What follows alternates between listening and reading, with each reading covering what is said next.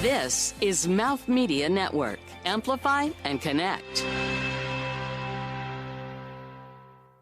I'm really not happy about this. I absolutely have to read this. No other choice, huh? There's no way around this. Super airtight contract? That much, huh? South America, really? Uh-oh. Well, this isn't what I planned. At all. I had other things I hoped to do with my life. Okay, I guess I have no choice. Well, here goes. Welcome to Season 2 of Funny People Talking.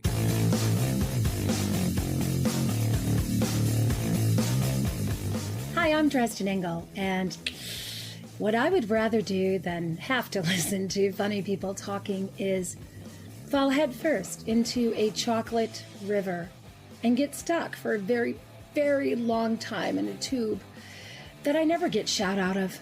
And I'm claustrophobic, because that would be better than listening to funny people talking.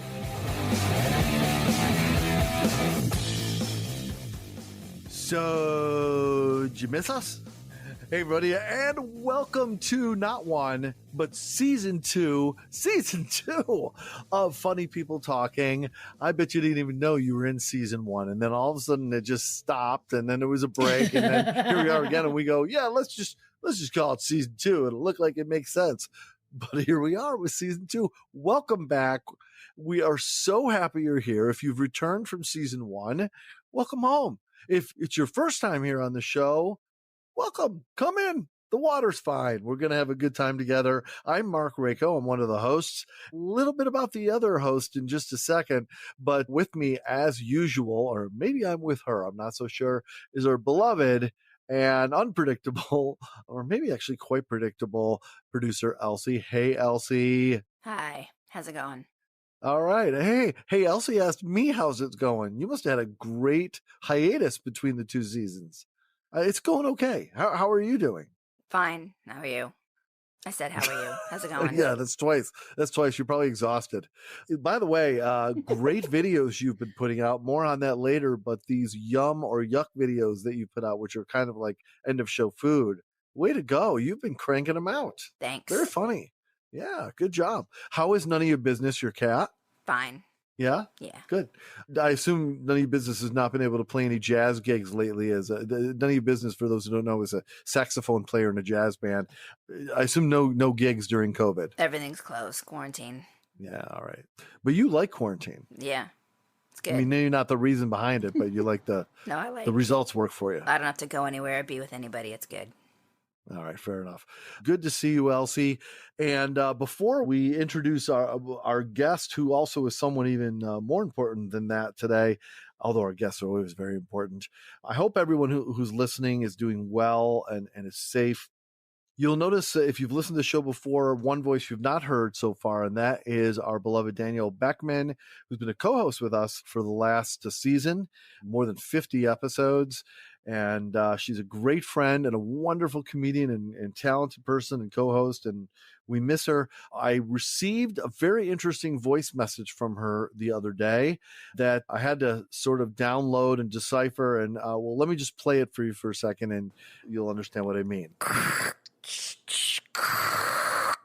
Hi, Marc, Elsie. It's Danielle. I just wanted to say thanks so much for all the amazing episodes of Funny People Talking that we've had. I'm really going to miss you guys, but you know, as I've been saying my whole life, it's really time for me to go live long and prosper. And so I'm getting out of here. I'm headed to Mars. That's right. You heard it right. So you guys, I feel like I'm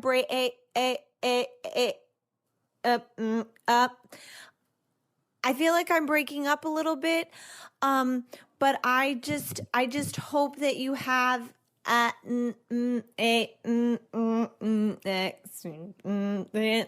season, and that I can't wait to hear the episodes from space.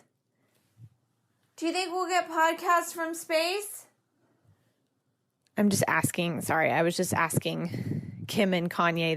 They're coming with Okay, guys. Well, I hope that you have a great show and stay funny. Well, bon voyage, Danielle.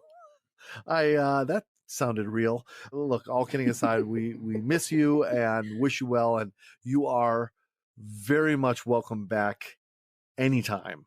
We'll always open the doors and the microphones to you, right, Elsie? Yeah. Okay. Oh, come on, don't get so emotional, Elsie. Just keep it contained, will you? Professional. That's right. Host, professional. Pointing at me, host. Pointing at Elsie, professional. So the bad news is no more Danielle on every show. The amazing news is somehow, some way, we've been able to get an invitation accepted by an incredible person who is now our co-host on this show. Her name is Dresden Engle. You heard a little peek from her at the beginning of the show. Dresden and I have been friends for some 20 years or whatever it's been. We've done some acting together.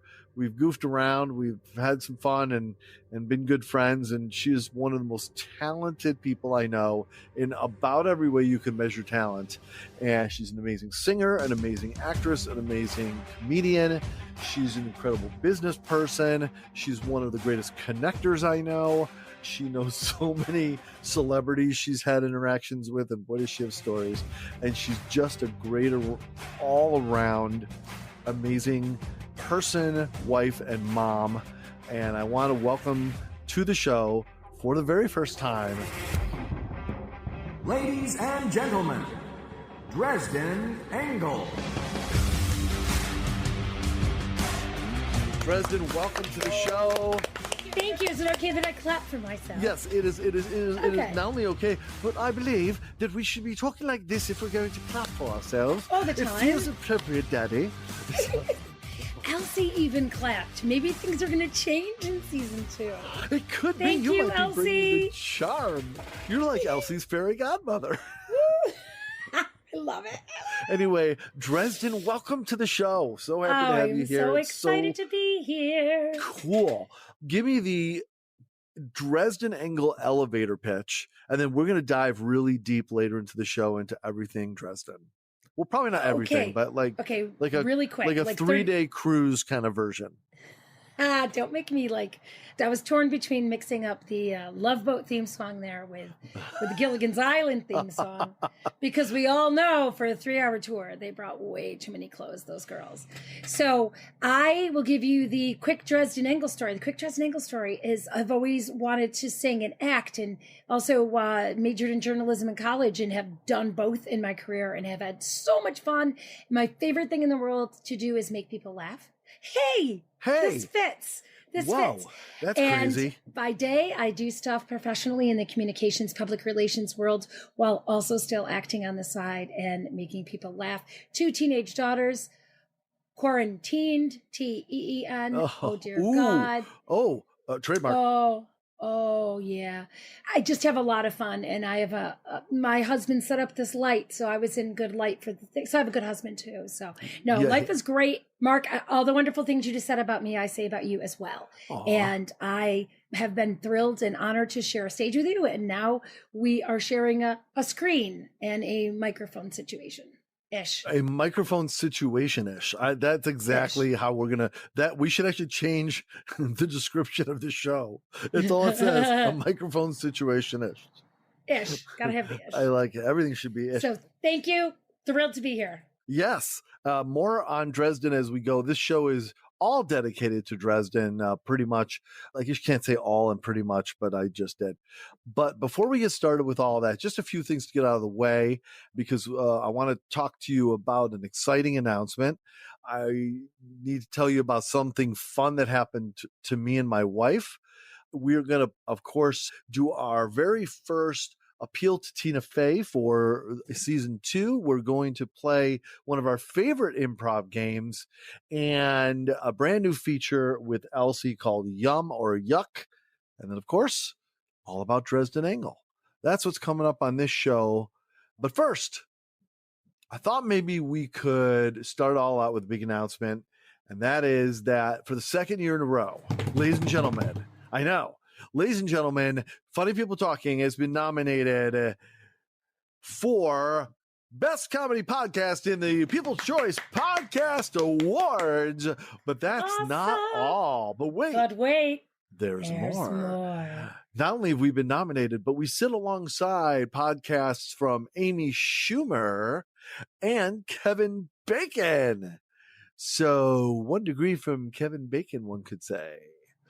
Although my wife is actually 1 degree from Kevin Bacon because my wife Heather worked on The Following with Kevin Bacon. So that makes her 1 degree away. So if we both lose to Amy Schumer, can we commiserate with Kevin Bacon on a show sometime? But I don't see why he's not accessible that way. Really is. Plus, I do love bacon. And actually, you love bacon too, don't you, Elsie? Elsie, hey, Dresden, Elsie has a new theme song, which we'll hear later. Elsie has a theme song in season 2. I love that. But I'm not And singing. it talks about how she loves bacon. I'm not singing, though. No, you're not singing. But, and that's why you have a theme song. Well, I'm just saying so it's not misleading. Oh! And we're also going to talk about what we've been up for the last couple months. All of that and probably more is coming up right after this as we start the show. Elsie, do me a favor. Would you tell me to start the show? Start the show, Mark. Okay.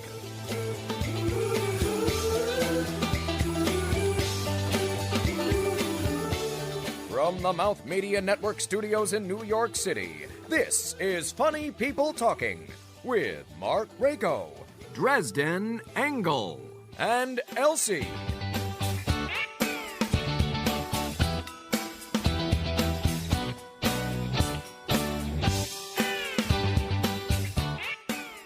All right, everybody. Funny People Talking. So glad you're here. I'm going to get something right out of the way because sometimes I almost forget. We've missed paying our respects. It's long overdue to Miss Tina Fey, who we will give anything to have her on the show. She can drive by, send us a postcard, give us a phone call, send us a voicemail, or even join the show. That's fine too. I wish we were still in the studio recording because that would be even better to be in the studio with her. But someday. But for now, we'll put our vibrations, our hopes and dreams out to the universe, to the comedy gods in a form of prayer. And Dresden, you're certainly invited to participate if it suits you. So we're just going to do that right now. I'll lead off. And here we go. Oh, Tina Fey, please come here. Tina, we already did this for a whole season. We love Tina Fey. Really nice. We need you in the just help show. us out here and, We appeal to the comedy contact gods. some way, somehow. Amen. on the show, Please write join to us. us. Amen. Oh, I bought your book. I read your book. All right, very Nice. good. Thank you very much. Thank you very much. Oof, All right, so that was really good. let's start with you, my friend Dresden. Over the last couple of months, what have been maybe one or two just easily come to mind standout things that have happened that just you're like, oh my God, this happened, or oh my God, this happened? Well, probably the most prominent thing is, people go away to college and they get the fresh in 15. I got the COVID-19. Oh, yeah. And, everybody says we're going to need a bigger boat. I mean, everybody says we're in the same boat. I just killed my joke. Everybody says we're all in the same boat. And my punchline is, but we're going to need a bigger boat. Oh, sorry. That's Dresden's laugh. And introducing is Introducing Dresden's laugh. Oh, that's not even Dresden's A-list laugh. That's like her regular laugh. Then there's the goat laugh, right? That's what you call it. All kinds of farm animals. So I try not to, even when I don't sit up front in a comedy show, I try not to, be too invasive because I know I have the laugh. And one time somebody counted one stand-up comedian interrupted a show 9 times. That's my record. But Pete Davidson of Saturday Night Live fame, 6 times stopped his show. He stopped the show and remarked on your laugh. There was the goat. He said I sounded like a CD skipping. Then he kept saying, does anyone else hear that are just me and dogs? And then he said the thing that other comedians have said. He said the horrible thing, let's just say they felt sorry for my husband. They said, if you sound like that now, what do you sound like when you're big O? But Now, your very, very nice husband, Paul, whom I know, Yes. and a big shout out to Paul. He is a very, very good guy. Does he like your laugh or does it annoy him?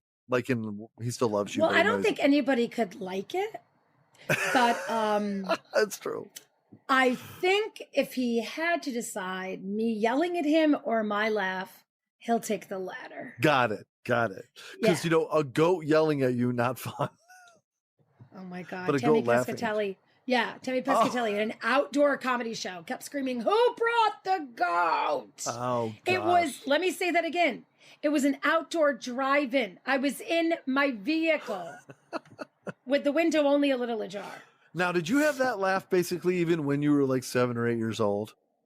Now, I don't remember when I was that little, but I remember people got mad at me when I was a senior in high school because you could only pick one senior superlative. And I got class entertainer and class laugh. Ooh. And I chose entertainer, and they're like, but you're the... So I remember at least at 17, I had it. Yeah, you recognize the difference between having something and doing something at 17 and chose your superlative. Look, let's not spend the whole show talking about this, but why do you think that laugh became that laugh? Meaning, like, did you decide this is a piece of personality of me and I'm just going to let it go and I'm getting a reaction? And then it just becomes part of who you are? No, I don't want it. I try to hold it in. And then like people name my laughs. Like if you'll hear me do a high pitch, like, breathy one, and people call that the tea kettle. And then if I try to stifle it, and it's just like, it's called chopper in the distance. Like people laugh. So it's a whole palette. And so I don't want to have this laugh because frankly, right, we're singers, right? And when I laugh like that, my vocal cords are like, beating each other up. So I don't really want to have the laugh. But hey, funny people talking, it's gonna happen. So aside from gaining a COVID-19, that's true. And getting the bigger boat. Yeah, being a bigger boat. Did anything else happen? Well, because I'm in public relations, I worked in crisis PR, right? Crisis PR. I bet. Needed to navigate that. And by the way, you're not just in public relations. Let's tell everybody, Dresden has her own PR firm, like really like getting it done PR firm. I was really creative. PR. Guess what I named it? Dresden Public Relations. Oh! Yeah, it was real creative, kind of like a... 80s alternative band, like Loose Monkey, but yeah. Well, I figured I'd go literal. DresdenPR.com, yes? Because I figured why not just continue to be a little, that's right. Easy. Hey, if you sell hamburgers, just call it, we sell hamburgers. Call it hamburgers, That's right. Or Big Mac, that worked for them. That's right. Yes, it does. So crisis management, crisis management. Yeah. So everybody, sure. Some people got COVID and we had to let everybody know it was okay. And I had a lot of essential business clients who kept working and just needed to navigate the waters externally and internally to let their staff and their customers know that they were still up and running. And so, man, working around the clock while everybody else was like, I'm so bored. I'm like, I want to be bored. But I'm also blessed I kept working, so mazel tov, as my Jewish friends say. Ah, yes, of course, we kept working, the whole thing. I actually totally identify with what you're talking about. I never stopped working. Like last week, I think I only put like 35, 40 hours in, and I honestly said to my wife, I'm like, I feel like I'm on vacation. I don't feel that pressure of like, I gotta get more done. I was just like, I could sit down and like have dinner. It was so odd and it was very nice. But my point is all the people are like, I've been so bored. I'm like, I'm sorry to hear that. I've not been. And why didn't you use your time more productively, by the way? Once you learn a language. Doing puzzles. People were doing puzzles. I'm like, wow. I don't understand why you didn't just, I get that for like 6 days, but like, why don't you like go learn a language or programming or. But you know what though? I will tell you, families got closer. They really did. That's true. Families got closer. My teenagers got happier. I was actually able to breathe in the same room as them and not make them mad. Because normally when you have a 14-year-old, you're not allowed to do anything right as a mama bear. That's so true. And, I'm really happy you said that. I've had a different but a similar experience. My wife and I got married a year ago in May, but we've both been so busy. We haven't had the same kind of quality. We haven't had that like, quote, newlywed time. It was just more life as usual. And although it's been very nice being married to her, there was a long period of time we just didn't have that time together. And just COVID has forced us to spend every day, almost all day together. There are some people saying that, we needed that to happen that's how I feel. I don't know if she feels the same way, but I certainly do. So anyway, that's lovely, Dresden. It's really nice dynamic there. Elsie, do you want to share anything that has been part of your COVID experience over the last couple of months? Well, it doesn't have to be COVID experience, but as a result of the kind of life you've been living over the last couple of months. Yeah, I have a windowsill garden in my apartment. I just started planting stuff that was left over. So, like, if I bought organic stuff from the, then I just planted the seeds to see if they'd do anything. Did anyone sell you some seeds that plant these? Magic seeds? No. Like Jack? Now I have ginger and bell peppers, jalapenos. I tried a peach pit, and I tried corn. Oh, that's cool. We'll see. On the windowsill? Corn? Yeah. Well, really, I can't wait for that one. I can't wait to hear about that. Are you just gonna one day just hear? What happened? The corn grew. Well, the ginger's 4 feet tall on the windowsill already. So, but I'm cool with that. The thing is... Well, wait, what's that laugh? Is that the geese laugh? Is that a goose? You just named it. All right. Now there's a new one. Now we got a goose. And the goose is in the I feel room. compelled in a moment like that to just say, I love you, Dresden. So I just feel like I have to say that. Yeah. Elsie, that's awesome. You also told me about something that most people don't purposefully grow in their home, but you have been purposefully growing it in your home, Elsie. Is it legal? What? I believe it is. What am I growing? I mean, in New York where you live, it's gonna. We're getting there. You put the fun and fungi. Oh yeah, I forgot I told you that. Sorry. I'm growing golden oyster mushrooms. Oh really? That's right. Wow, that's so cool. How is that happening? They're just spores in this kind of compost kind of a thing, and you just spritz them with some water and they grow. So what is it? Is compost in a condensed package kind of? And sort of, yeah. Just water it. It's also grows, in the basically? Windowsill. Oh, well, your windows. How big is this windowsill, by the way? You got corn in it. It's like a double window. Yeah. And I've already gotten 5. It's a double window. I've gotten 5 loads of mushrooms already. What is a load? I mean, it's not a crop. I got a hand. It's an ounce. Oh my god! And how many bell peppers? So far, it's just 2 plants. Okay. Yeah. I'm very impressed. Yeah. So it's pretty good. I mean, it's an experiment. It was just one of those things. I'm like, nah, why not? What else? Listening to the stupid fireworks from all the people from 4:30 p.m. to 5 a.m. Wow. Everybody spent their stimulus checks on fireworks, apparently. Apparently. Aye.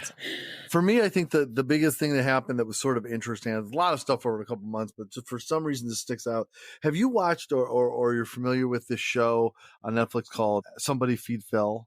Dresden with Phil Rosenthal, who created Everybody Loves Raymond, and I don't remember some other show. I will start watching it if you recommend it. It's actually wonderful. It's really. Have you seen this show, Elsie? Is it about food? It's about food. Yeah, that's what I'm saying. Is it about food? Yes. So then would I watch that?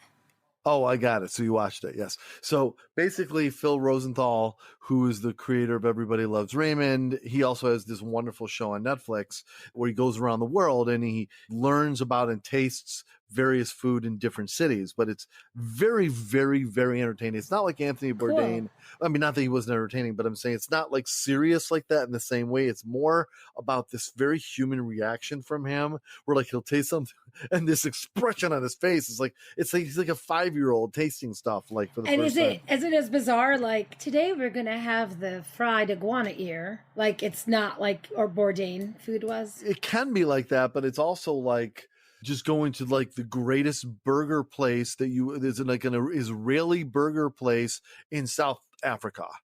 So it could be something that is an unusual food choice that you wouldn't normally think, but someone knows about it. And so he goes there. Anyway, So what happened is on Instagram, he put out a challenge for people to create a commercial for the show. And the more creative your commercial could be, the winner would get a private Zoom call with him, and Goldbelly would deliver a meal for you to have with him, and you get this private time with this celebrity, and it's just a lot of fun. So my wife and I, who really enjoy his show, we said, what the heck, we'll enter it. We created this version of the All in the Family song, Those Were the Days, with me playing Archie, and she played Edith, basically. Edith, yeah. And she's a piano player, my wife Heather, and so she actually played the song, and we made up our own lyrics to it around Phil in the show. And we were done with it. We were like really proud. We're like, oh my God, this is gonna win. Oh, so many foods Phil ate. Something tasty's on his plate. How does he not put on weight? Somebody feed Phil. Phil is such a terrific man. Plane, gondola, car, or van. Oh, to taste the world one dish at a time is such a great plan. By Skype, his parents learn each thrill. Boiled, baked, sauteed, or grilled. His culinary dreams fulfilled. Watch somebody feed Phil.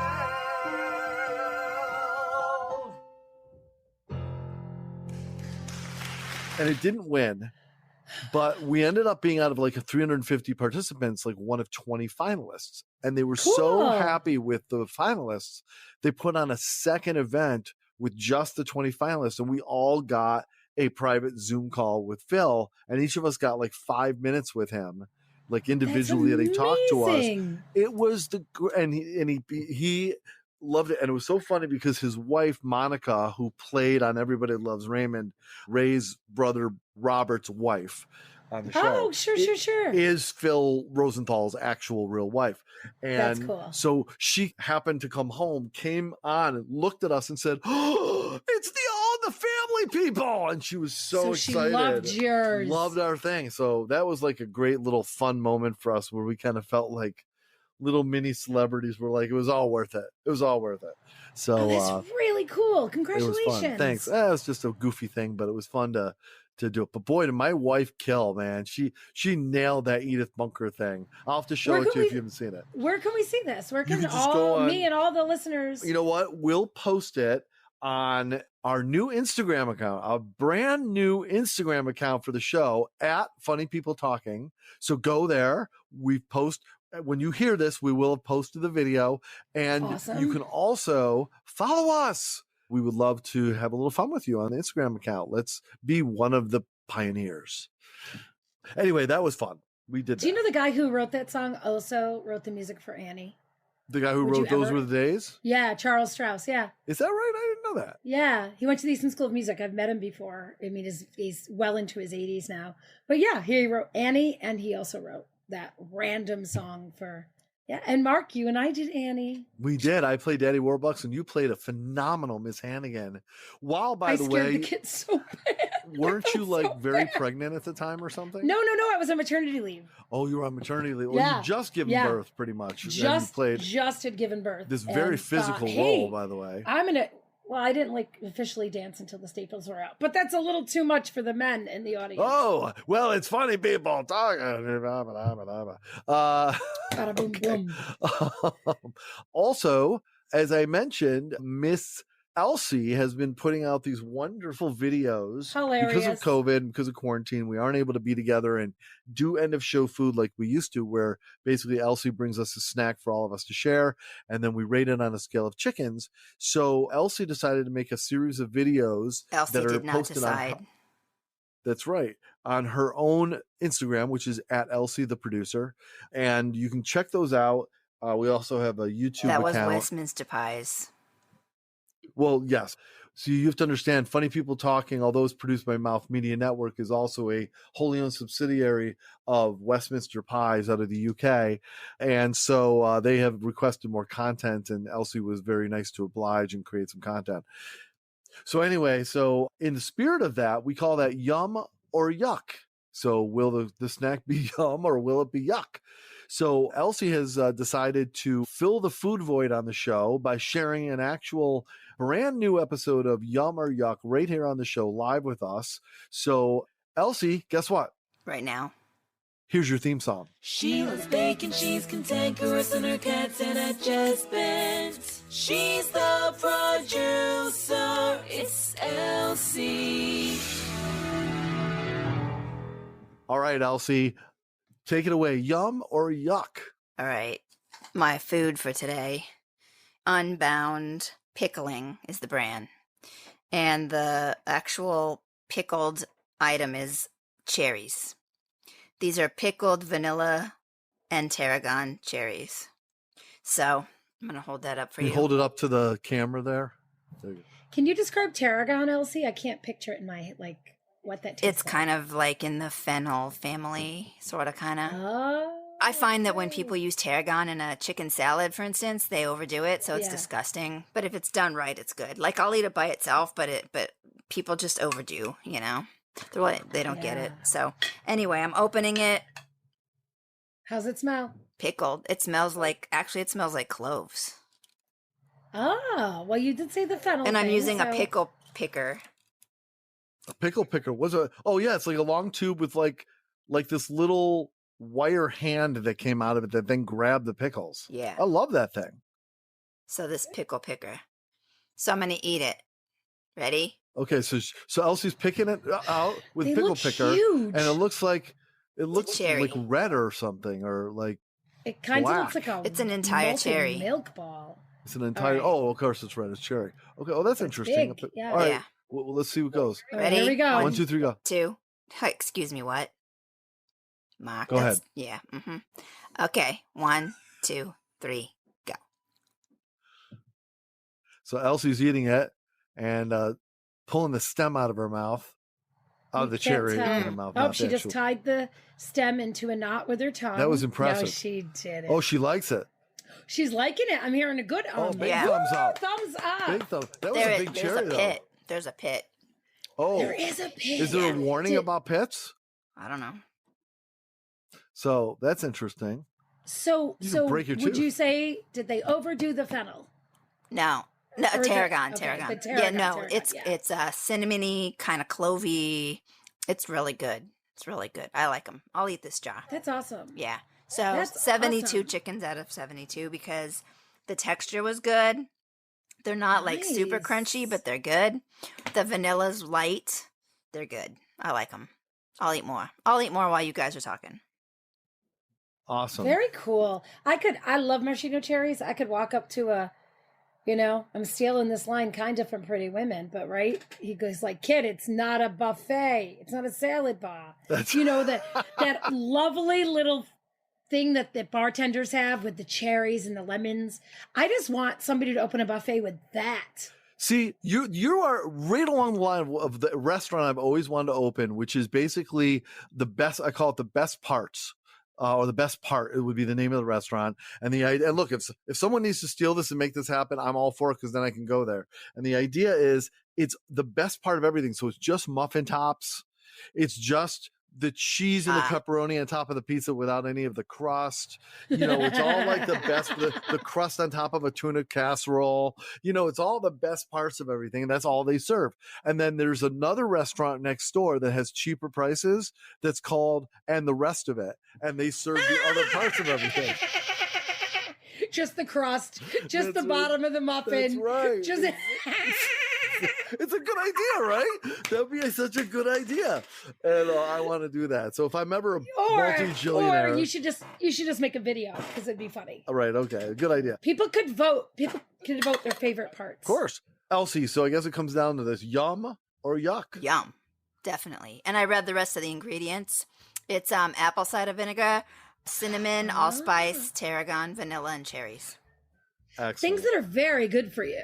Things that are Very good for you for 200, Alex. Okay, great. Thank you very much. All right, we're going to take a quick break. When we come back, we are going to play a quick improv game, and then it's all about Dresden right after this.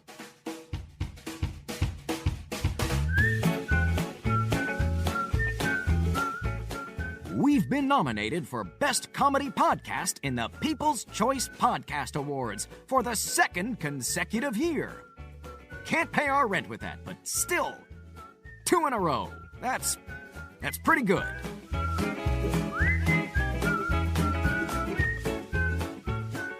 All right, everybody, welcome back. It is time for our very first improv game in season 2, but we are going to go back to an old classic, one of my very favorites that we've come up on the show, and that is a game called the News.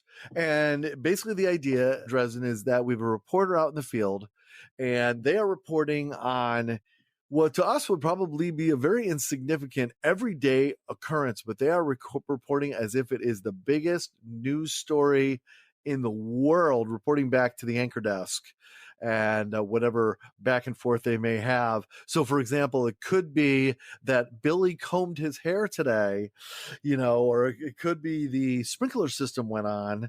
But it is, boy, I'll tell you, I'm standing here on Redwood Street and there is a crowd gathered, ladies and gentlemen.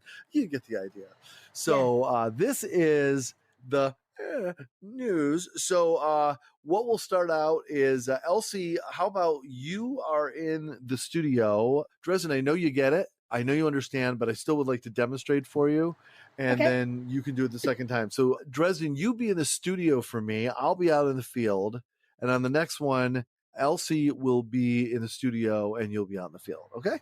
Okay. All right. So Elsie, what I love from you is, what is the news story that I am reporting on out in the field? Not enough garbage in New York City for the rats to eat. Okay, got it. It does sound like an actual big news story, but okay, got it. All right, Dresden, start in the studio and throw it to me in the field.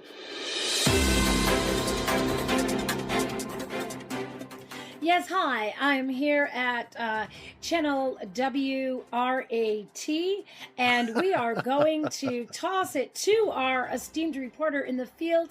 Kind of an interesting story. Marc Rako, tell us what you're seeing on the streets. Yeah, hi, Dresden. I'm standing at the corner of 42nd Street and 9th Avenue, and there seems to be a problem here in the streets.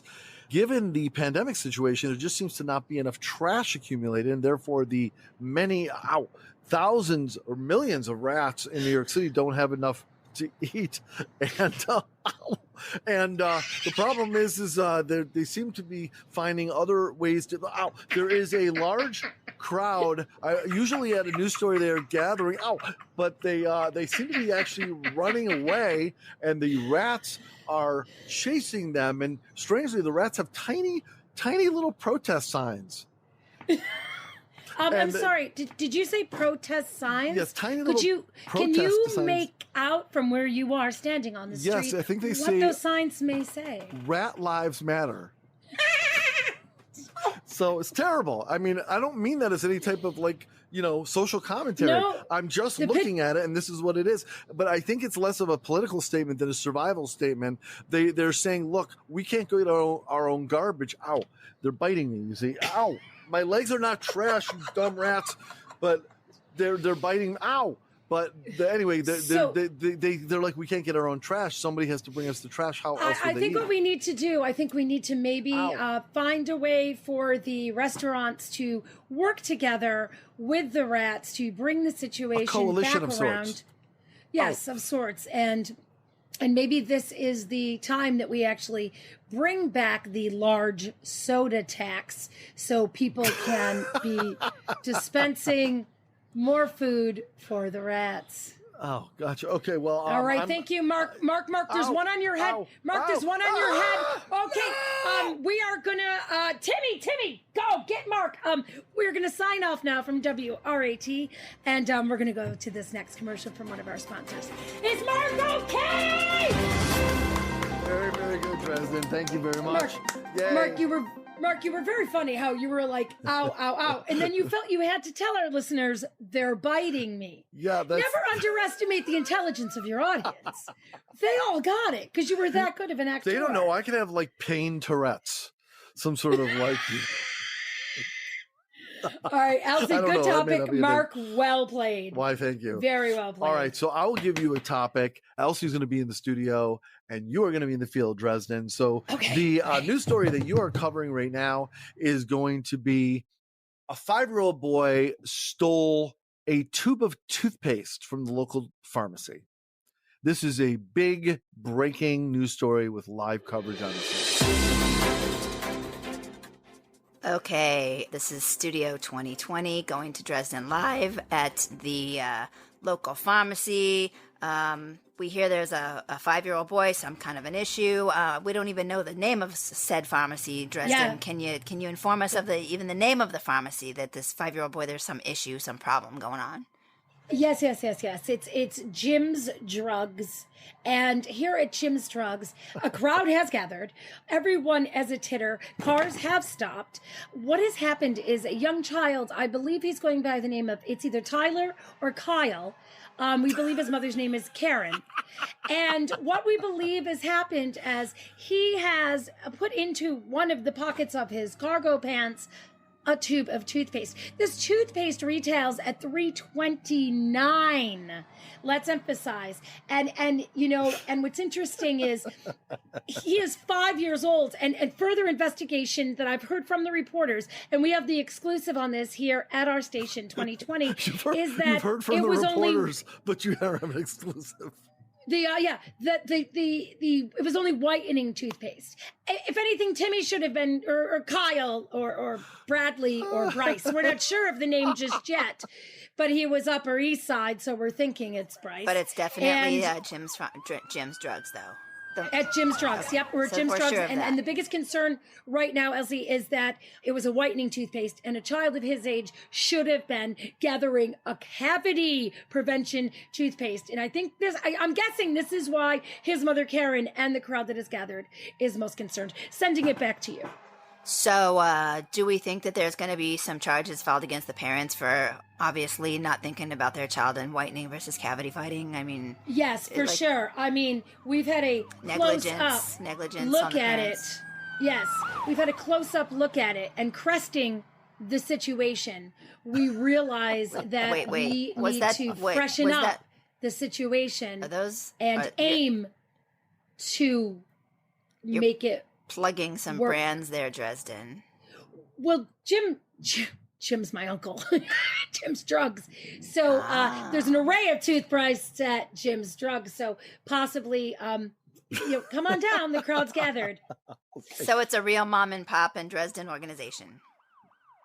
Well, it's Uncle Jim, and I work with you at the 2020, as you know. Right. So I'm gonna just go see if Karen will grant an interview for the 11 o'clock. His mother. Okay, thanks. Sending it back to you. We'll come back to you later once more of the story develops. Thanks, Dresden, on the scene. Thank you. From Jim's just Jim's Drugs. No relation. Okay, thank you. All right, that's it for the news. Well done, both of you. Thank you very much. That was funny. And my favorite part of it was it's an exclusive, but I got it from the reporters. Yeah. All right. We're going to take a quick break. When we come back, it's all about Dresden right after this.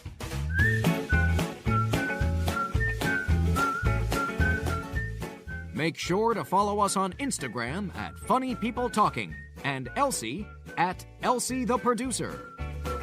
And please, for the love of all that is holy, subscribe to the show and leave us a damn review and a really, really good rating on iTunes.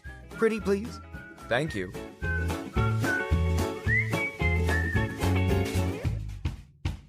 All right, everybody, it's Funny People Talking, and our new co-host is our first guest for season 2 because we feel we love her it's time that you get to know her too. So, Dresden Engle. All right, I want to start with this question with you. I've known you a long time. I kind of went through a list of some of your talents. And, you know, at the risk of sounding like I'm just throwing sunshine your way, you are one of the nicest people I've ever met. And everyone has an off day, but it's true. You're just someone bursting with love and giving. And sometimes the busy person that you are gets in the way of that, and you trip over your own desire to give and find yourself in a tough situation, but you always scramble out of it.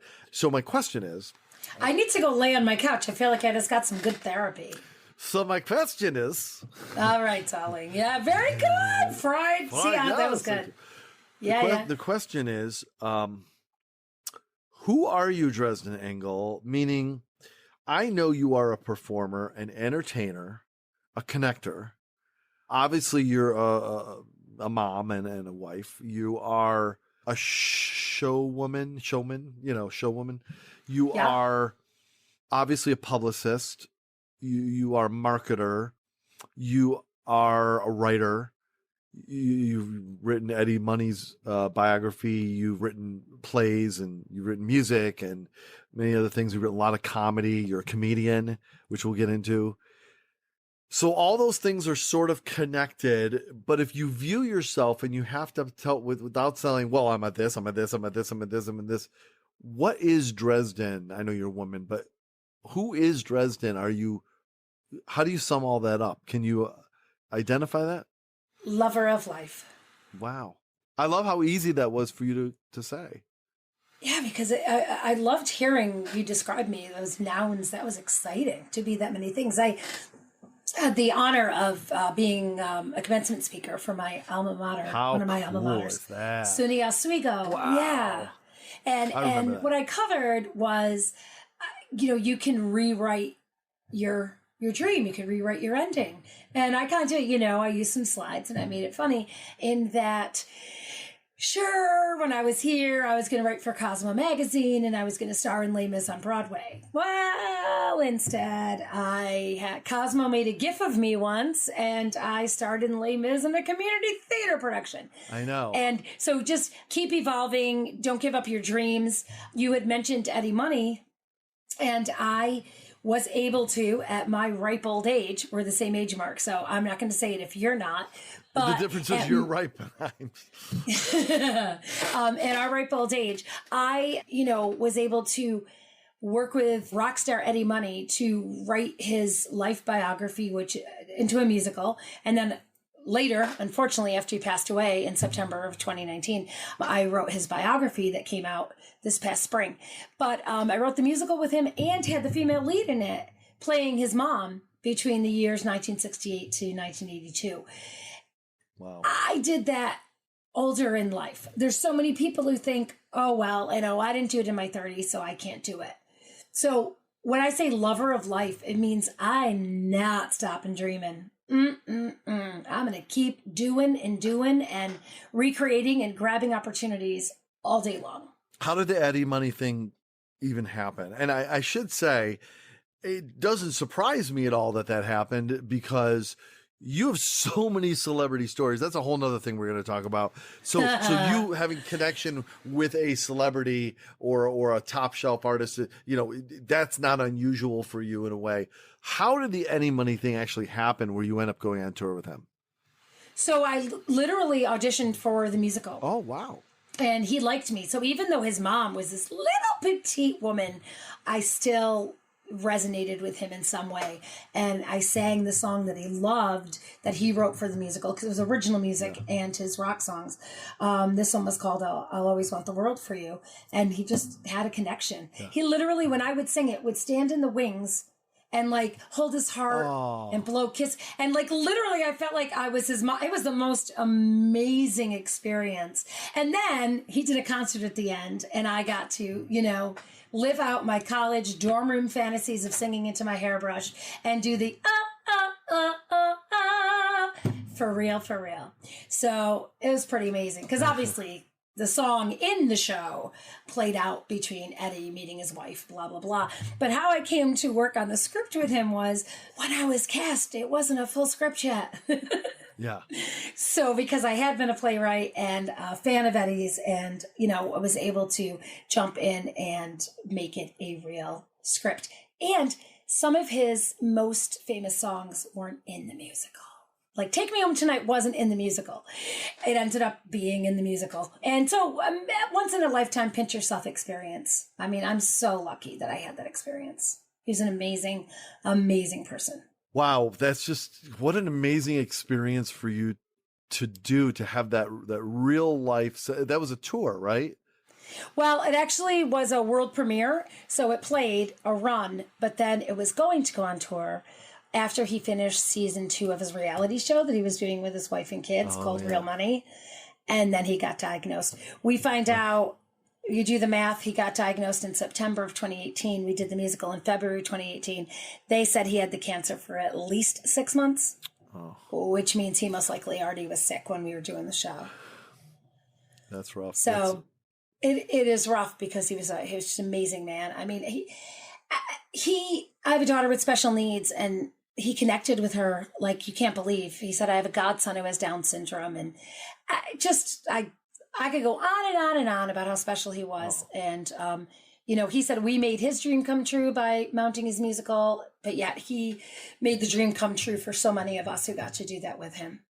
But the gentleman who played my son, who played young Eddie, has gone on to do national tours. So it helped springboard his career. I'm sure playing anybody in the world premiere of the musical definitely did not hurt him getting seen by the right agent. So it's an awesome thing. As you were growing up, particularly in college, what did you go to school for? Theater and journalism. And I know you went on into journalism after school, but how did you see yourself more as a singer or as an actor?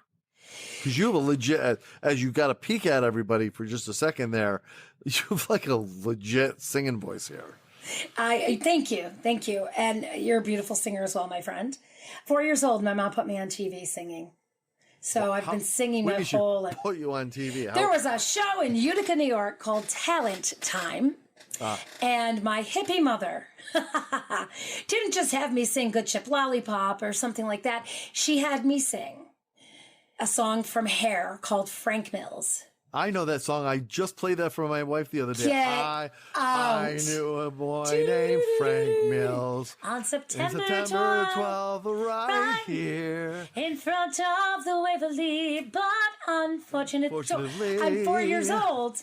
I lost his address. We had to finish the phrase. Had to. So, by the way, sorry, that particular song, by the way. Yeah. I was telling my wife, I think it is one of the saddest, most beautiful songs I've ever heard, because it tells this just such a bittersweet story. Yeah. And it's I love a song that completely tells a story, and you can fill in all the other gaps for yourself of the rest of that story that led up to that moment. That's one of those stories. And there's the Beatles in there and motorcycles or something that I didn't have any idea at 4 years old. And then it ends, tell him Angela and I don't want the $2 back, just him. Like crazy, Aww, right? Yeah. Well, maybe I could, someday singing that song at 4, maybe ask the guy who wrote the song what it meant. Oh, wait, I did. So fast forward to doing public relations for the Rochester Music Hall of Fame. James Rado gets inducted because he's from Rochester originally. And I get to sing Frank Mills walking through the lobby of the Eastman Theater with James Rado because I was with him for 2-3 days doing publicity with him. I got to ask him all about why the lyrics and so forth. Also got to sing Our House with Graham Nash when he did a photo exhibition that I was promoting. Hung out with him for 2 weeks. And we sang Our House together, a song he wrote about he and Joni Mitchell. And he took the high part. I took the low part.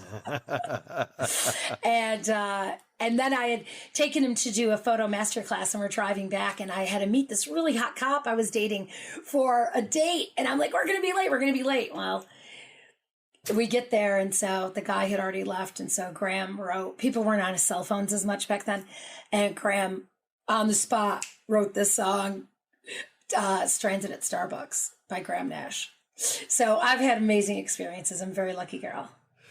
have most of this, I hate to keep calling them like celebrity encounters because it's not even just about celebrity. Dresden moments. But I mean, it's about great artists or, and so forth. So I don't want to just say celebrities, but yeah. But I'm going to, just for the purposes of context, I'm going to keep calling them celebrities.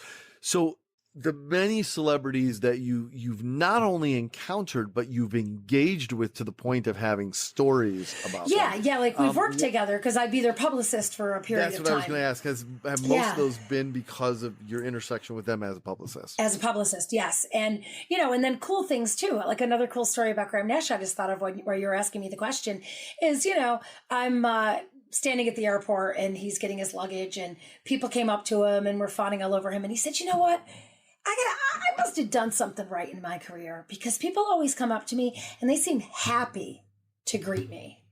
He might have made a comment about that's not the case with David Crosby, but the point is it made me think, wow, that's right. You give back what you give out. And he was having that revelation there standing with me. So it's, so it's been as a publicist, but then I get to know them as people. I never pose for selfies with them. I just, work with them. All right, so here's a question. Why theater and journalism? Was journalism basically the backup plan? No, I loved both equally. I loved writing and theater equally. So I double majored. I did both. And then, yes, it did work out well that I could pay the bills being a journalist and then got to interview a lot of stars then too. So I got to have a lot of fun doing that as well. So very creative, lots of fun. And then, get to write comedy. Get to write funny bits. I've been doing sketch comedy for over 20 years, and now I'm starting to get into some stand-up.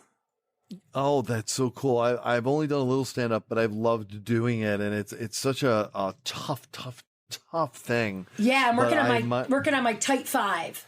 Yeah, that's awesome. The one thing I learned from the comedians that we've interviewed on this show is how important it's been to I'm not even trying to give you advice. I'm just saying it's been a learning thing for me is to not make shit up. No. Meaning everything must be an extension of who you really 100%. are, or they don't believe it. Right. And but I want to circle back to your comedy writing in a second because I definitely want to talk about one of the big parts of your life, which is Estrofest. Yeah. One of many big things in your life, but that's certainly one that's gotten a lot of attention over the years. But I want to ask you how you made the shift from how did journalism lead to PR? Meaning, did you really sort of find your true self that naturally came out and it gravitated into PR? Or how did that happen? Yeah, it's been considered on the other side of the fence. You're going over to the dark side, right? Journalism and PR people are supposed to be foes. And I can't imagine doing my job without having been a journalist first because writing is at the crux of it. And essentially a press release is a news release, etc. But there didn't used to be PR majors in colleges. Right. Back in our day, journalists would become PR people. And so I wanted to work in the arts more. So that's a great thing, right? When you are a journalist, you don't necessarily always get to choose what your beat's going to be. But when you're in PR, if you go work at an organization, you can choose to be in the arts. So I was in theater and then I was in the museum world before I started my own PR firm. So that was the exciting part, to really be able to promote the arts. Amazing. So Dres, you kind of went to writing from other people. And as you mentioned, starting to write comedy, which tends to be more about yourself. And one of the most visible ways that you've written comedy is this incredible group of female comedians called Estrofest, born out of Rochester, New York. But you've got a pretty wide net that you've cast with that group. And it's been going for a long time. So tell us, you're a founding member, yes? Yeah. And how did it start? Why did it start? And what's the journey that you've taken? And then obviously, how does that connect with your ability to start writing for yourself? Yeah, I appreciate that. And so Estrofest started back in 1998. We wrote for years, started performing in 1999. 5 women, 3 original members still with the troupe. 2 sisters are now in the group. The other 2, one woman essentially retired and another one moved away. So that's why we recast 2 folks. But it is sketch comedy like Saturday Night Live. You have to tell people that. They're like, what sketch comedy? And so we get to play in a variety of characters. We get to laugh and sing, and we do a lot. It's like a third video because that allows us to do a lot more on stage with more actors and in more settings. And obviously we have men guest star in the show and be in our videos as well. The name can be misleading, but I now wanting to get into some stand-up. I also, worked on a couple of plays, one about the life of Judy Garland. Who hasn't? There's a few out there, but also... Well, we should point out you are a voracious Wizard of Oz fan. I am a voracious Wizard of Oz fan, because everybody needs a bobblehead. Yes. But the Cougar and the Cabana Boy is my latest musical, and it's just hilarious and silly and all original music as well. But stand-up comedy's fun because you had noted, Mark, that you can't make it up. It's got to be real and it's got to be about yourself. And I have found that a lot of the things that I've worked into my stand-up are stories I've just been telling at parties over the years. Like people will say, where did you get the name Dresden from? And I usually tell people, my mother named me for the little fragile China dolls that they made in Dresden, Germany. But for people who studied their World War II history in school, and they know that the Allies bombed the heck out of Dresden, Germany, if somebody obnoxiously asks me what my name means, why did your parents name you after a bombed city? I pull them in, I look them close in the eyes, and I say, you know what, though? My sister Nagasaki and brother Hiroshima have it worse. And then I just walk away. So that's the story I've been telling forever. Work it into the sketch. Can you carry a little playoff music with you at all times? It's just like you push a button and it just like it just plays you off, and with like I like it. And then there's something that I do. So one thing is, so I'm not a thin girl, but I also know I don't want to make the audience uncomfortable, right? I know how to read the room. So I maybe only do a couple of jokes that involve weight because you don't want the audience to be uncomfortable or not be able to relate. But this is something that I do, right? So I'll talk about how when I get on a plane, because I'm claustrophobic, I do wait till the very last opportunity to board. But then I get to have some. Well. Yeah. But then if the plane's not full, I get to have some fun. So I walk up to the seats where there's somebody in the middle, and I hover to scare the person by the aisle and the person by the window, and I look up at my ticket, and I look up at the sign, and I look at my ticket, and I look up at the sign. And then I walk away, and maybe I come back again. I'm not nice. I always get an Elsie, but I just do that for fun. Do you feel lucky, punk? Do you? So I get to have a lot of fun. But so these are stories that I've just been, telling for a long time at parties and so forth. So I just have fun with it. I'm not sure if this is what you're doing, but it seems to me like it would make a lot of sense from what you said to actually tell any stories that have to do with your size as your first jokes in the set and tell the audience, okay, I feel the need to make you all comfortable, so we're going to do this now. So you can be like, that'd be an interesting way to approach it. Yeah, or when I'm done, okay, now and I know. You've been waiting for it. Yeah. Waiting, no pun intended. All right, so can I try one out on you right now? Let's go. All right. So one of the stupidest things I ever did is I had the opportunity. This isn't the stupid thing, but I had the amazing opportunity to interview Charlie from Willy Wonka, the only movie that matters, not that Johnny Depp version. No. And I got to sit down with him and ask him a lot of questions in front of a huge multi-100-person sold-out theater. And his real name is? His real name is Dr. Peter Ostrom. And he's an amazing person, and we'll get him to call into the show sometime because I think that'd be awesome. Yeah, I think we'd really enjoy hearing his stories about the making of that movie. It was quite the experience, and he was quite the amazing person. He now works as a large animal veterinarian in upstate New York. But anyway, so I'm on the stage and I'm interviewing Dr. Peter Ostrom, the original Charlie of Willy Wonka.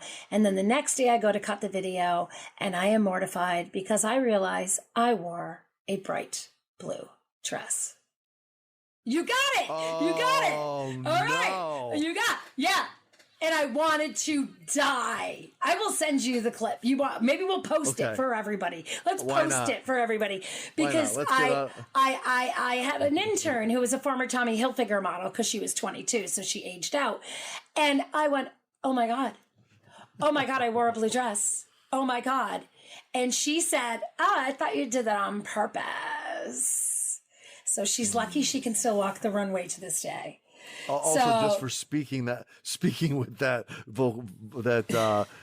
what do they call it? The vocal fry. Yeah, God, I hate that. But anyway, yeah. So I'm going with the real life stuff, but I love that.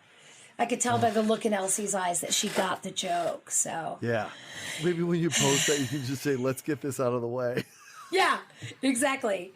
So, but you mentioned Wizard of Oz. I've met 15 Munchkins by going to Oz Fests. Back the truck up. What? So I've gone to different Oz Fests since 1989.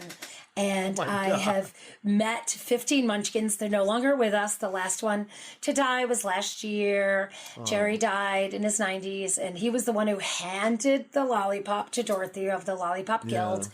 And do either of you, do you collect things? Because once you do, you get every possible, you get clocks, you get bobbleheads. So next to my Munchkin autographs and selfies, because I did take selfies with them, I have an incredible amount of Wizard of Oz paraphernalia. But I love it, love it, love it, love it, love it. That is crazy. I was kind of wondering if you had like a thing that you got a stamp every time you met a new Munchkin. It was just like a stamp to collect the whole set kind of thing. But so that's really interesting. That must have been such. I just want to stay on that for a second. That must have been an interesting kind of spectrum of types of people that you met. Well, to make a long story short, just kidding. No, they were amazing. The biggest thing, I could tell you a million stories that they told me about the movie itself and how fabulous Judy Garland was to them and so forth. But the thing that was really cool is it was in newspapers all across the country to gather these little people. And most of them were meeting fellow little people for the first time and sending money back home, and just a magical experience for all of them. It really was. So it was, that's just, happy time. And then a lot of them made money later years off people like me going to Ozfest and, paying $15 to take a picture. But I got an opportunity to chat with a lot of them. It was really cool. Before we get, because I definitely want to touch on where your PR career has landed so far, and a little bit more about the behind the scenes person at Dresden, the family woman, if you will. I just want to touch on, we talked about comedy, we talked about stand-up, we talked about Estrofest, but what is funny to you? What really hits that funny bone? And how do you know for yourself when you're writing something that's funny? What is it that clicks for you that you find commonly is that connective tissue? So it's a great question. I realize that it has to cross demographics and it has to be something that most people understand. I sometimes will be surprised when I watch Saturday Night Live that they will do a sketch extensively like The Morning Joe. Well, how many of us who stay up at night to watch Saturday Night Live at 1 o'clock on a Saturday are the same people who aren't at work but are home watching The Morning Joe? So I often will think, So like just now when you asked me that question, I went to my phone and I clicked in my notes and I see comedy. I keep ideas running in my phone. This one is the Pina Colada song. No woman would ever just go, it's you. Right? Do you remember? It says, it was my own special lady. And she said, it's you. No, you put a personal ad in the paper because you want to find somebody else. But yet you never asked me if I like to freaking pina colada or walk on the beach. Right? So I haven't added that to my stand-up yet. But so I think that anybody old enough to have ever heard the Pina Colada song probably thought the same thing. They just never put it in their phone. Although I'm going to tell you a little secret about me. I keep telling my wife this. My strength with music, like pop music, is I know the actual orchestration of it, if you will, the arrangement, very intimately. And that's what I listen to. I am realizing I almost never listen to the lyrics of a song. And then one day later, 20 years later, I'll listen to the lyrics of a very iconic popular song for the first time ever where I've actually listened to what's saying. I'm like, oh, this is a really interesting story this song is about. I never realized everyone else in the world has been experiencing this song, including that story. And it's like standing outside a house and admiring the paint, but never going in. Yeah, so you're a composer, I'm a lyricist, so I'm listening to these songs. All right, here's a couple other ideas I wrote down. You can tell me if I shouldn't go there or not. Stripper consignment shop. I don't even remember what I meant by that. Then I have a reunion planned. For the Cream of Wheat guy, Uncle Ben, Aunt Jemima, Mrs. Butterworth, and the Land O'Lakes Indian. And they're going to talk about how far they've come. Chef Boyardee, however, was not invited. or the Pillsbury Doughboy, too white. Yeah, too white. I'm putting that in. Reverse racism. Wait. Pillsbury Doughboy, too white. Not invited. There. Because Chef Boyardee, we don't know his... So you guys just helped me write some comedy. Now, here's the catch. 2 girls in Esterfest happen to be of color. So I couldn't get away with that if I didn't have that. Oh, mommy groups. Mommy Poppins, Mommy Nearest. Not funny anymore, right? At the time, I thought it was funny. So that's how it goes. I will be walking around the day that happened where suddenly Aunt Jemima, Uncle Ben, everybody was changing their names. I'm like, oh, they all got to get together and have a reunion. Yeah. And bitch their heads off. That's no so more. Funny. I think about the number of things I say I should write that down, and I don't write it down, and how much has been lost. Just go to the notes section. You know? I know. I need to start keeping it. And you also give it time. I need a person just walking with me. I just need a note taker in life just to go. That's what a smartphone is for. Yeah, I know, but it also gives it time to marinate for me to go, yeah, that wasn't funny. Yeah, that's right. Mommy Nearest and Mommy Pop, not funny. Anyway, so that's how I do things. There needs to be, there probably is, there needs to be an app for comedians. And it's a way, listen, it's a way that they can write a joke or a note, categorize it under some sort of thing, so that they can look it up under that category. It has to do with cats, let's say, right? Then when they're trying to think of something for cats, they put it in. And then they can set a timer. They can set a timer to remind them of this joke so it doesn't age out. Like, let's say, set it for 3 months and let me revisit this and let it germinate. Oh, so they don't go right. Because it's true. Like, if I don't, 2021 is going to be too late for the reunion of the former food black people. I know. It's the like food product. Well, I think you got to say we can't invite Aunt Jemima anymore. It's just not PC. Because the whole thing with Aunt Jemima now, right? With the whole thing where there's protests about the Aunt Jemima name and the actual Aunt Jemima actress. Yeah. Like her family. You know all that, right? Yeah. Okay, so that's all I'll say. Okay, we don't have to include this on the show. That was me and Dresden. Well, look, speaking of mommy groups and everything we were saying, I'm kind of interested. I mean, you are a mom of 2 teenagers. Yes, let's emphasize 2 teenage girls. 2 teenage girls. So the sympathy cards can start coming in. There you go. How has it changed you becoming a mother? And I don't even mean in fundamental, we can talk about it, but, there's certain ways it changes everybody being a parent, I would assume. But for you, even in terms of the life that you've led as a performer, as a publicist, as a writer, as a comedian, how does having kids and a husband and a family change even the foundational dynamic of who you are and what comes out of your head and out of your mouth because of that new, very foundational dynamic in your life? One benefit of having kids later in life is you only want to be with them. So I stopped being on boards of directors and all of that. But because I did have kids later in life, I was able to already do that first, right? So I kind of did the opposite. My parents were empty nesters at 42 and then lived their lives. I lived my life first, and now I'm a mom. But I very much still live my life because I do have 2 girls where I want them to see that they can still have a career and have fun and be a mom. And I've been judged. I've been judged in a way that I'm sure a man has not been judged, that I actually still do theater. You cannot believe how many people to my face have judged me because I'll still do theater. And I'll say, do you watch TV? And they'll say, yeah. I go, well, I don't. So while you're sitting watching TV, ignoring your children, I've played with my children up until 7 o'clock. Then I go to my theater rehearsal. And my husband and I take turns doing shows, etc. So the judgment is pretty amazing. But at the end of the day, my kids know that anything they want to do, nothing can stop them. You can still have a career. You can still have fun. And I have friends who have said, wow, I'm not afraid to get younger friends. I'm not afraid to get married because you and your husband are good examples of you still can live your life. You still can go out with your friends and you can still. So I didn't change my life completely, but I also was fortunate that I already lived a lot of life. So I only wanted to be with them. It adds to my comedy. The downside is my 14-year-old has said, for every joke I use involving her, it's $50 per joke per night.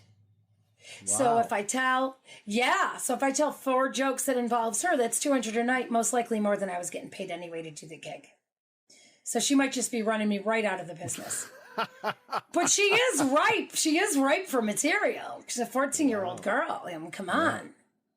And then I do have the interesting dynamic that I adopted and had at the same time. My older daughter is of color. So yes, I have a Black Lives Matter sign on my front lawn, and God help the person who takes it down.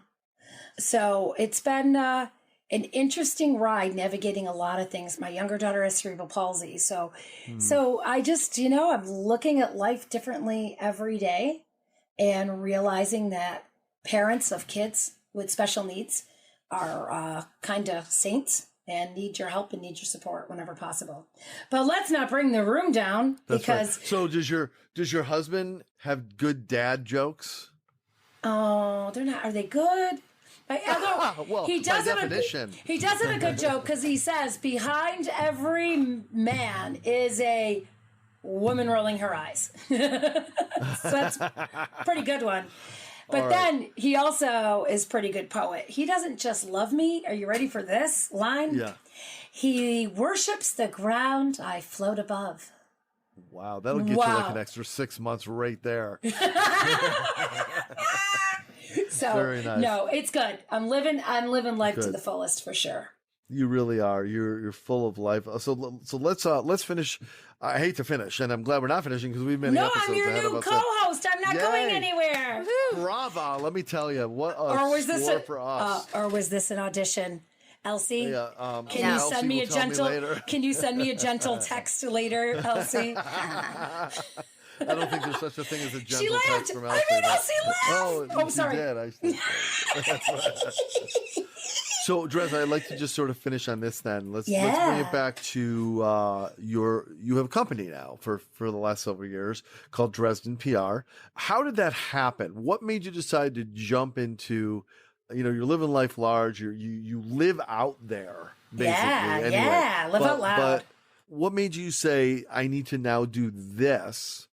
Tell us a little bit about the company. Give us kind of the Reader's Digest Sure, version of the it's a small PR firm. We have staff in New York City and in Rochester, and we do it all. Everything from video to social media to get people on TV to ghostwriting blogs, anything that affects somebody's public image. Advertising. Video is a huge part of it because 2/3 of all online consumption is video. So, and I have a variety of clients. I have some very large companies that are national that I'm so fortunate to work with, all the way down to small arts organizations. So it is really exciting. What made me do it? Bottom line, daughter with a disability, after being at my job for 16 years and things were going great, they changed elementary school time to 9 a.m. It was that simple. Wow. She had behavior issues and I needed to be the one to get her on the bus. So I took matters into my own hands, started my own company. And to quote Graham Nash, I must have put some good stuff out there because people come up to me and they're nice. I am very fortunate. I've never had to look for a client.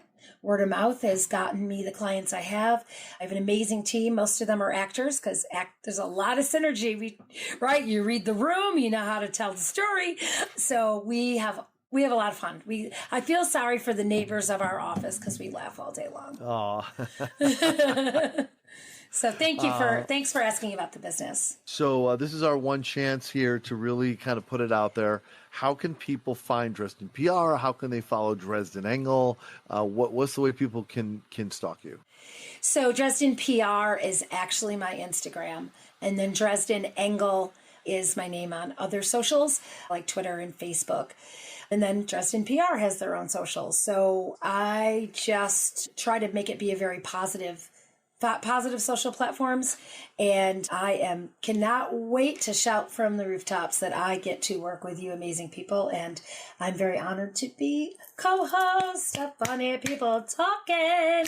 Ooh, pew, pew, pew. And for those of you who maybe don't know me as a bomb city, Dresden, Dresden,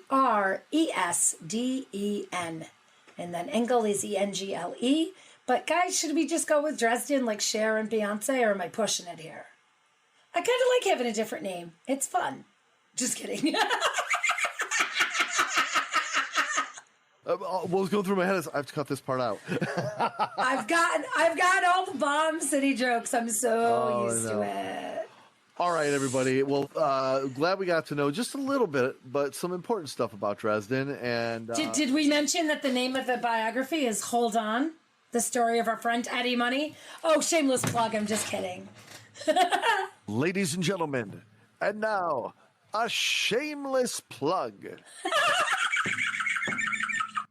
Oh, so I wrote Eddie Money's only biography, and it's very fun, and it's an easy read, and it's Hold On, the story of our friend Eddie Money by Dresden Engle. And how can they get it?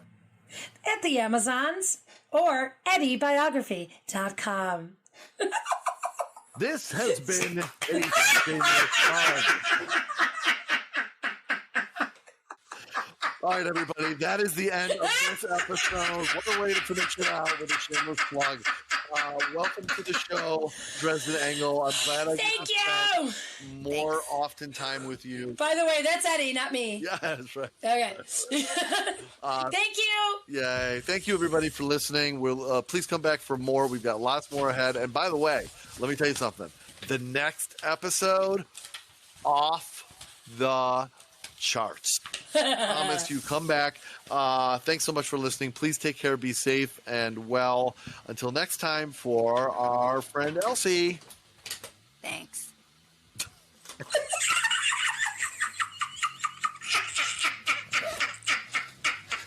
And if she's able to find the strength, Dresden. Bye. Keep laughing, everybody. I'm Marc. Have a wonderful day, everybody. Bye-bye, and stay funny. That's it? That's the end of the show? Boy, oh boy, what a crock. This was Funny People Talking. No portion of the content may be reproduced or published without the strict written permission of the producers. Connect with our show at Mouth Media Network or at our website, funnypeopletalking.com. I'm your announcer, Peter Coleman. Thanks for listening.